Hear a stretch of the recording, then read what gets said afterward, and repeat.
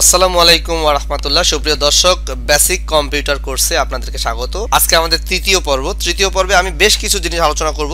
প্রথমে আমরা দেখব যে কম্পিউটারে কিভাবে আপনি ডেট এন্ড টাইম চেঞ্জ করতে পারেন। কম্পিউটারে অনেক সময় টাইম গন্ডগোল হয়ে যায়, টাইম কম বেশি হয়, এটা আপনাদের চেঞ্জ করতে হয়। তো কিভাবে চেঞ্জ করবেন দেখেন, এই যে নিচে ডান কোনায় আপনারা এখানে দেখতে পাচ্ছেন যে তারিখ দেওয়া আছে এবং সময় দেওয়া আছে। এখানে আমরা বর্তমান তারিখ এবং সময় দেখতে পাচ্ছি। তো আমরা এটা চেঞ্জ করব। মনে করেন এটা ভুল আছে, 23টা এখানে দেখাচ্ছে। তো এটা আমরা চেঞ্জ করব। আমি রাইট ক্লিক করব এটার উপরে। রাইট ক্লিক করার পরে দেখেন এই যে একটা অপশন, অনেকগুলো অপশন আসছে। তো এখানে অ্যাডজাস্ট ডেট টাইম এখানে ক্লিক করছি। তো ক্লিক করার পরে এখানে দেখেন এই ডায়লগ বক্সটা, ডেট অ্যান্ড টাইমের যে ডায়লগ বক্সটা আসছে, এখানে অনেকগুলো বিষয়। প্রথমে আপনাকে চেঞ্জ টাইম জোন এখানে ক্লিক করি। তো এইখানে দেখেন, এখানে দেখাইতেছে ইউটিসি প্লাস 06 ঢাকা। এখানে এটা কিন্তু আমাদের টাইম জোন ঢাকা হবে এবং আমারটা ঢাকা আগে থেকে করাই আছে। যদি আপনার এখানে ঢাকা না থাকে তাহলে আপনি কি করবেন, এখানে ক্লিক করুন। ক্লিক করার পরে দেখা যাচ্ছে যে পৃথিবীর সব বড় শহরের নামগুলো এখানে আছে এবং গ্রিনিচ মান সময় থেকে তাদের যে ব্যবধান এগুলো দেওয়া আছে। তো আমাদের যেহেতু ঢাকাই হবে, এই যে এখানে +6 ঢাকা, এখানে আমি ক্লিক করছি। তাহলে ঢাকা এটা আপনাকে সিলেক্ট করে দিতে হবে। আমার সিলেক্ট করাই ছিল আগে থেকে। ওকে, টাইম জোন ঠিক করার পরে আপনাকে চেঞ্জ ডেট অ্যান্ড টাইম এখানে ক্লিক করতে হবে। করার পরে প্রথমে আপনি তারিখটা ঠিক করবেন। কিভাবে, এখানে দেখেন আগস্ট 2021 দেখাচ্ছে। আগস্ট 2021 2 তারিখ আজকে, এই জন্য 2 তারিখ। যদি আজকে 2 তারিখ না হয় 3 তারিখ হয়, আপনি 3 তারিখের উপরে ক্লিক করবেন। যে তারিখটা হবে সেই তারিখের উপরে ক্লিক করবেন। আচ্ছা, মাসটা কিভাবে চেঞ্জ করবেন, এইখানে দেখেন লেফটে একটা অ্যারো আছে, রাইটে একটা অ্যারো আছে। লেফট অ্যারোতে ক্লিক করলে দেখেন জুলাই মাস চলে আসছে, আবার আরেকটা ক্লিক করলে জুন মাস চলে আসছে। তো আমার যেহেতু আগস্ট মাস, তো আগস্ট মাসের 2 তারিখ, আমি 2 তারিখটা সিলেক্ট করে রাখলাম। এখন তারিখটা ঠিক হয়ে গেল। এখন আপনার সময়টা ঠিক করতে হবে। সময় দেখেন এখানে 23, তারপরে 24, তারপরে এখানে 59 বা এখন 25 হয়ে গেল। মানে 23 ঘন্টা 25 হইল মিনিট, আর এটা পরে এটা সেকেন্ড। আপনি যদি চেঞ্জ করতে চান, আপনি ঘন্টাটা চেঞ্জ করবেন, আপনি 23-এর উপরে ক্লিক করবেন। করার পরে এই যে উপরে যদি ক্লিক করেন বাড়বে, উপরে ক্লিক করলে বাড়বে যে এইভাবে, আবার নিচে ক্লিক করলে কমবে। তো আমি বাড়ায় নিয়ে 23-এ রেখে দিচ্ছি। হ্যাঁ, আমি 23-এ রেখে দিলাম। তারপরে যদি মিনিট চেঞ্জ করতে হয়, মিনিটের ঘরে আপনি ক্লিক করবেন, করে এখানে উপরে নিচে ক্লিক করলে কিন্তু এটা কম বেশি হবে। যদি বাড়াইতে হয় উপরে ক্লিক করবেন, আর যদি কমাইতে হয় তাহলে আপনি নিচে ক্লিক করবেন।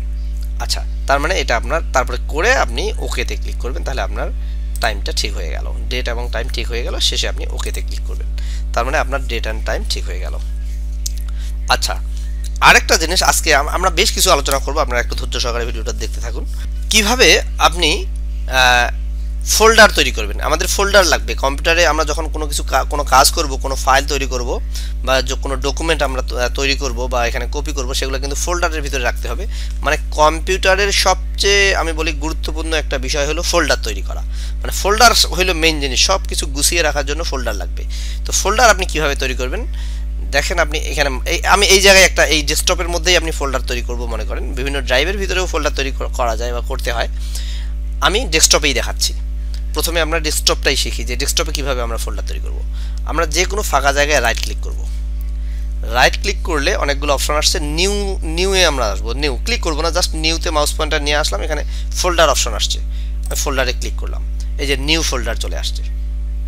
এখন এই নিউ ফোল্ডারের এখানে আপনাকে ফোল্ডারের নাম দিতে হবে। ঠিক আছে, আপনি ফোল্ডারটা কি নামে ক্রিয়েট করতে যাচ্ছেন, এই ফোল্ডারটা কি নাম হবে। প্রত্যেকটা ফোল্ডারে কিন্তু একটা নাম থাকবে এবং অটোমেটিক এখানে নিউ ফোল্ডার লেখাটা আসছে। তো ওইটা আমরা রিমুভ করে দিয়ে, মুছে দিয়ে, আমি ব্যাক স্পেস দিয়ে মুছে দিলাম। দিয়ে আমি ফোল্ডারের নাম দিচ্ছি ICT BARI। ICT BARI আমি লিখে দিলাম। লিখে বাইরে ক্লিক করলাম। তাহলে ICT BARI নামে একটা ফোল্ডার তৈরি হয়ে গেল। এখন আমি ফোল্ডারের নামটা চেঞ্জ করব। এই ফোল্ডারের নাম আমি চেঞ্জ করব। কিভাবে নাম চেঞ্জ করব, এখানে রাইট ক্লিক করব, করে নিচে দেখেন রিনেম আসছে। এই রিনেমে ক্লিক করতে হবে। রিনেমে ক্লিক করলে এখানে নাম চেঞ্জ করার অপশন চলে আসছে। ওখানে আমি মাউস পয়েন্টার রাখলাম, এটার নাম দেব ICT BARI 101। ICT BARI 01 নাম দিলাম। দিয়ে বাইরে ক্লিক করলাম। ICT BARI 01 নামে এই ফোল্ডারটার নামটা চেঞ্জ হয়ে গেল। আচ্ছা, এখানে আমি আরেকটা জিনিস কপি করা শেখাবো। তো এখানে আমি পাশে আরেকটা ফোল্ডার ক্রিয়েট করছি সেম নিয়মে। রাইট ক্লিক, নিউ ফোল্ডারের নাম দেবো ICT BARI 2। ICT বারি 2। আচ্ছা, তাহলে এটা বাইরে ক্লিক করলাম, একটা ICT বারি 1 হলো, একটা ICT বারি 2 হলো। এখন আমি এই ফোল্ডারগুলো ওপেন করব এবং এই ফোল্ডারের ভিতরে আবার ফোল্ডার তৈরি করব। আচ্ছা, তাহলে কি হচ্ছে, আমি এই ফোল্ডারটা ওপেন করব কিভাবে? ডাবল ক্লিক করি, এই যে ওই দেখেন এই যে ICT বারি 1 এটা ওপেন হলে এটাকে আমি হাফ স্ক্রিন করে নিচ্ছি, এখানে ক্লিক করে হাফ স্ক্রিন করে নিলাম। এই ICT বারি 1টাকে আমি এখানে রাখলাম, ভিতরে কোনো দিস ফোল্ডার ইজ এমটি, মানে এই ফোল্ডারের ভিতরে কোনো কিছু নাই, আমরা তো ফোল্ডারের ভিতরে কোনো কিছু রাখি নাই, এই জন্য এমটি দেখাচ্ছে। আচ্ছা, তারপর আমি ICT বারি 2টাও ওপেন করলাম, ডাবল ক্লিক করে ICT বারি 2টাও ওপেন করলাম। দেখেন দুইটা পাশাপাশি ফোল্ডার, এটাতেও কোনো কিছু নাই, এটাতেও কোনো কিছু নাই, ফাঁকা একদম। এখন আমি এইটার ভিতরেও আরেকটা ফোল্ডার তৈরি করব, এটার ভিতরেও একটা ফোল্ডার তৈরি করব। কিভাবে করব? এখানে আমি রাইট ক্লিক করলাম, নিউ ফোল্ডার, এবং নিউ ফোল্ডার চলে আসছে। এখানে আমি ফোল্ডারের নাম দিচ্ছি, টেস্ট, TEST, টেস্ট 1। এই ফোল্ডারের নাম দিলাম আমি টেস্ট 1। আচ্ছা, এখানে আরেকটা ফোল্ডার তৈরি করি, তাহলে আপনারা বুঝতে পারবেন। নিউ ফোল্ডার, এখানে হলো টেস্ট 2, তাহলে এই ফোল্ডারের ভিতরে ICT বারি 1 এর ভিতরে আমি দুইটা ফোল্ডার তৈরি করছি। এখন এখানকার ফোল্ডার আমি এইখানে নিয়ে যাব, ঠিক আছে? ICT বারি 1 এর ভিতরে যে ফোল্ডারগুলো আছে এগুলোকে আমি এইখানে নিয়ে যাব। আচ্ছা, কিভাবে নিয়ে যাব? এখানে থাকবে না, দুইটাকে আমি এখানে নিয়ে যাব। তাহলে এই ফোল্ডার দুইটা সিলেক্ট করতে হবে, ঠিক আছে? এই ফোল্ডার দুইটা এইভাবে আমি সিলেক্ট করলাম, করে রাইট ক্লিক করব।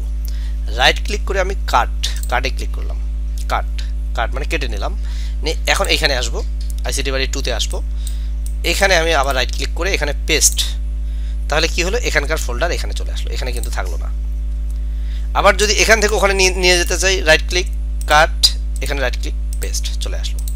কিন্তু আমি যদি মনে করেন যে এখানেও থাকবে, ওইটাকে আমি এখানেও নিয়ে যাব, মানে এই ফোল্ডারটা অরিজিনালটা ঠিক থাকবে, আর এখানে একটা কপি তৈরি করব। তাহলে কি করব, দুইটাতে রাইট ক্লিক, কপি, এখানে রাইট ক্লিক, পেস্ট। তাহলে দেখুন এখানে ফোল্ডার দুইটা আছে, ওই সেম ফোল্ডার দুইটা এখানেও চলে আসছে, মানে একই ফোল্ডার এখানেও থাকলো, এখানেও থাকলো। তাহলে আমরা কপি এবং কাট করলে কিন্তু দেখা যাচ্ছে যে মূল ফোল্ডারটা থাকতেছে না, এখানে চলে আসতেছে। কপি করলে এখানেও থাকতেছে, এখানেও থাকতেছে। আচ্ছা, তাহলে আমরা কাট, পেস্ট, কপি, পেস্ট এই জিনিসটা বুঝতে পারলাম।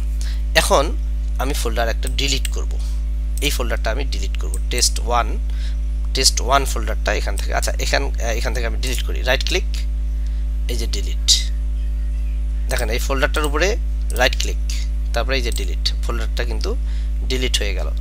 রাইট ক্লিক, ডিলিট, দুইটাই ডিলিট হয়ে গেল, মানে এই ফোল্ডার এখন ICT বারি 1, এই ফোল্ডারটা এখন ফাঁকা, ঠিক আছে? এখন এই ফোল্ডার যে ডিলিট হয়ে গেল, এই ফোল্ডারটাকে আমি এখন আবার পুনরায় ফিরে নিয়ে আসব। কিভাবে ফিরে নিয়ে আসব? এখানে নিয়ে আসব। কম্পিউটার থেকে ডিলিট হয়ে গেলেও ফোল্ডারটা কিন্তু কোনো না কোনো জায়গায় জমা থাকে। আপনারা জানেন, অনেকেই জানেন যে রিসাইকেল বিন একটা ফোল্ডার এখানে দেখতে পাচ্ছেন, রিসাইকেল বিন, এইখানে কিন্তু আমার ডিলিট করা ফোল্ডারটা জমা আছে। এটা আমি ওপেন করব, দেখুন রিসাইকেল বিন আমি ওপেন করলাম ডাবল ক্লিক করে, এইখানে আমার ডিলিট করা যত ফোল্ডার আছে সব এখানে আছে। তো এখানে টেস্ট 1 এবং টেস্ট 2 এই দুইটা যে আমি রিসেন্ট এখনই ডিলিট করলাম, এই দুইটাও কিন্তু এখানে দেখেন প্রথমেই দেখাচ্ছে। তো এই দুইটা এখান থেকে যদি আমি ডিলিট করে দেই, তাহলে কিন্তু আর এই কম্পিউটারে এই ফোল্ডার দুইটা থাকবে না, একদম ডিলিট হয়ে যাবে, পার্মানেন্টলি ডিলিট হয়ে যাবে। তার মানে আমরা যদি কোথাও কোনো কিছু ডিলিট করি, সেটা কিন্তু একদম আউট হয়ে যায় না, সেটা রিসাইকেল বিনে জমা হয়। তো এখন এই দুইটাকে আমার ফিরিয়ে আনা দরকার, আমি যেখান থেকে ডিলিট করেছিলাম সেখানে ফিরিয়ে আনতে হবে। তো আমি এখানে রাইট ক্লিক করছি, রাইট ক্লিক করে রিস্টোরে ক্লিক করতে হবে, রিস্টোর, তাহলে দেখেন এখানে ফিরে আসছে। আবার রাইট ক্লিক করলাম, রিস্টোর, দেখেন এখানে ফিরে আসছে। আচ্ছা, তাহলে আমি এখন রিসাইকেল বিনটা ক্লোজ করছি। তাহলে দেখেন আমার এখানে ICT বারি 1 এটার মধ্যে টেস্ট 1 টেস্ট 2, ICT বারি 2 এটার মধ্যে টেস্ট 1 টেস্ট 2 দুইটা করে ফোল্ডার আছে। তাহলে আমরা কি শিখলাম, কিভাবে ফোল্ডার তৈরি করতে হয়, কিভাবে রিনেম করতে হয়, কিভাবে কপি করতে হয়, কিভাবে ডিলিট করতে হয়, এবং কিভাবে ডিলিট করা ফোল্ডারকে আবার রিসাইকেল বিন থেকে ফিরিয়ে আনতে হয়। তো হ্যাঁ বন্ধুরা, আশা করি আপনারা আমাদের এই কম্পিউটার ট্রেনিং কোর্সটা বুঝতে পারছেন। আপনারা আমাদের সাথেই থাকুন, আমরা আস্তে আস্তে করে আপনাদেরকে কম্পিউটারের বেসিক থেকে অ্যাডভান্স লেভেলে কোর্সগুলো করাবো। ধন্যবাদ সবাইকে।